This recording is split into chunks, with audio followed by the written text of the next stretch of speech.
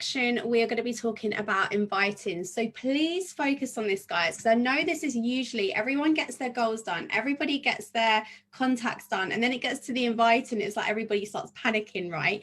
Inviting is so simple. So if we go to the next slide, please. It's just really about breaking it down simply. And I just love to break it down as a conversation with people, you know, just opening dialogue. So we've got the 5 C's of inviting, and this is, you know, we changed the way in how we invite over the years, whether that's social media, word of mouth, but the 5 C's never changes, right? So whether you're going to be doing it on social media, whether you're talking to your friend in a cafe and having a quick coffee, you know, open the dialogue. How's things with you? I personally don't like going straight into people and say opening a dialogue and then just chucking a message on at the end of it to your warm contacts. It's like you haven't even warmed them up, right? You haven't even seen how they are. So open the dialogue. How's things with you? How have the kids been? How have you been during lockdown? How's things been with work?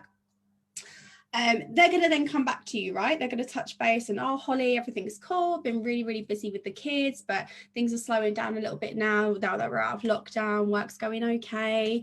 And then it's back to you. So this is where you now can come into the 5 C's and say, amazing, listen, I've just started something and you were one of the first people I thought of because I know you're very entrepreneurial, got a great network, and this would be the perfect opportunity for you. I've got something exciting that I'm working on. I'd love to show you what it is. I don't suppose you're available next week, 8 p.m, maybe Friday. So I've invited them to have a look at an opportunity. I've complimented them. I've created that curiosity. I've said I'm working on something exciting, and I've asked them to commit to basically a business briefing next week, Friday, 8 p.m. I haven't told them anything about the business. I haven't, you know, splurged information over them, and I've kept it, I've controlled it. I want the message to be short, sweet, create enough curiosity for them to be like, oh, this is exciting, what is it, tell me more. Okay, so with the inviting, just always, as I said, whether you're on social media, whether you're speaking to warm contacts, whether you're speaking to cold contacts, the 5C works every time, but you just need to practice it. And the real important thing here is to be yourself. So when I first started the business, I remember I left that meeting with Lacey at the pub and I was just like, my brain was going crazy. I was like, oh my gosh, all of these people that I knew. And this is why it's so important, on the back of what Tom was just saying, to really write your contacts down and write down why they would be good. Because then once you've got that list of contacts, it's so much easier for you to just go through the inviting process, right? Because you've got it all there in front of you. Half the time, the reason we get stuck is because we're just looking through our phones, or we're just trying to think of the people off the top of our heads. So when you are inviting, think, well, how would I normally contact that person? You know, it would be very weird if I was trying to prospect my mum and like messaging her through Facebook Messenger, as I would just call her up, right? So don't be is abnormal the word, like just be normal with what you're doing. So is it WhatsApp, is it phone call, is it a voice note, is it social media? How can you get your energy and excitement across about the business? For me, I think voice notes are really, really good, but just don't be too excited, okay? And just make sure that you're really qualifying people and asking them the right questions. As I just said before, you know, opening that dialogue and asking how they are. They're kind of going to be qualifying where they're at already with you, because they're telling you whether they're stressed right now, maybe they're not working, maybe they're stressed with the kids, maybe they've got no money coming into summer holidays. Asking questions and just listening more gives you an open opportunity to know how to invite to the business, if that makes sense. Next slide, please. So yeah, do not get into the details too often. You know, when I've been out for dinner and I've maybe saw like a waitress and I think she'd be great at the business, I've said, look, I'm working on something really exciting. I don't know if you're open to an opportunity right now. Could I take your number and I'll send you some information? Oh, amazing. What is it you do? I literally don't have time right now. I'm about to go off, but if I could just take your number, I'll send you some information. So They can ask and ask and ask, but you just want to keep that curiosity there, because the second you try and explain this business, I'm sure we've all done it, trying to explain this business is just so difficult. Unless you've got a 5-point presentation, I just think you can't ace it in the space of 30 seconds. So don't try, okay? That's why we have all of these OTG tools and resources available for you to send people across to that explains the business, okay? Only invite nice people. Honestly, I really mean that. Please don't bring poisonous, desperate people into your business, because it can really break your business down. Be enthusiastic, be excited. This business is all about energy and about sharing that excitement, but don't do it too much. You know, don't overwhelm and don't just, you know what I mean, guys, just don't be cringe. Listen more than you talk, kind of what I just said on the previous slide. Like, it's just important that we have 2 ears for a reason, 2 ears, 1 mouth for a reason.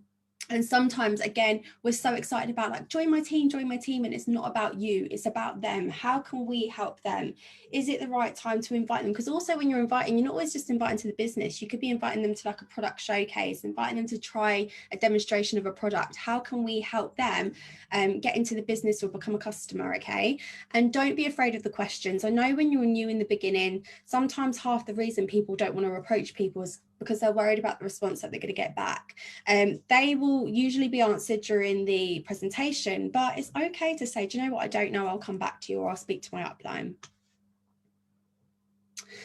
My favorite thing is handling objections. Someone that's come from recruitment, that is what I did all day, every day. And you are going to have that, especially when you're inviting. You know, you're going to have people that are going to say, oh, it sounds great, but I don't have time. I don't have the money to invest. I can't sell. I don't trust the model. What is this pyramid thingy? I don't have the contacts. It's totally normal to have objections. And this is something that you're going to have to practice constantly and learn how to overcome. So there's 2 ways that you can overcome these objections. There's the feel, felt, found way. So if somebody says, I don't have time, I would say, I know how you feel. I felt the same when I was working 7 till 7 and literally had no time. But what I found is that I was able to work this in flexibly around my job and whenever I did have the time. I can't sell. I know how you feel, but what I found is there was so much support and training. And actually, after going on to all of these trainings and calls and learning, I found that actually it's really not about the hard sell. And there's some really simple ways that we can do that. I don't have the contacts. I know how you feel, but what I found is actually when you just start to write down a list of people that I found that actually you don't need a massive list of contacts. So feel, felt, found, literally you can keep going around in it, overcoming the objections until they get to a point where they're like, okay, I'll just have a look. Next slide, please. The other way that you can handle, just go back. Yeah, the other way that you can handle objections, and what I love is sometimes asking the question back to the prospect. So sometimes you'll have somebody saying, oh, I've got no sales experience. So I'll say, amazing. So what you're saying is, if I could teach you how to sell the product, would you be interested? Or if somebody says, I don't have time, oh, so what you're saying is you're really busy, but if I could show you a way on how to be successful and make it flexible around what you currently do, you'd be interested.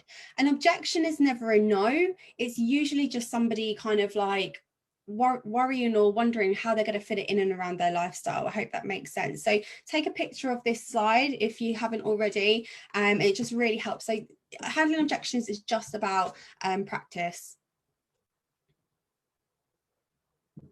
So for homework, what I would recommend you do is either with somebody in the business or with like your partner.